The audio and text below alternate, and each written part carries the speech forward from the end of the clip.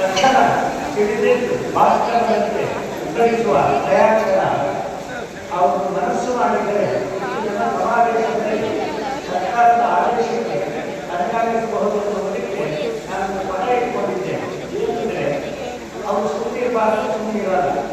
ಯಾಕೆ ಅವ್ರು ಏನು ಹೇಳ್ತಿದ್ದಾರೆ ಸರ್ಕಾರಕ್ಕೆ ಅಂತ ಹೇಳಿದ್ರೆ, ಸರ್ಕಾರಿ ನೌಕರರಿಗೆಲ್ಲ ಆಡಳಿತ ಸರ್ಕಾರ ಹೇಳೋದೇನಪ್ಪ ಅಂದರೆ ನಿಮ್ಮ ಬೇಡಿಕೆಗಳನ್ನು ಪರಿಶೀಲಿಸಬೇಕು, ಆದರೆ ಒಳ್ಳೆ ಹಾಸಿಗೆ ಕಾಣಿಸಿದ ಸರ್ಕಾರ ಹೇಳ್ತದೆ.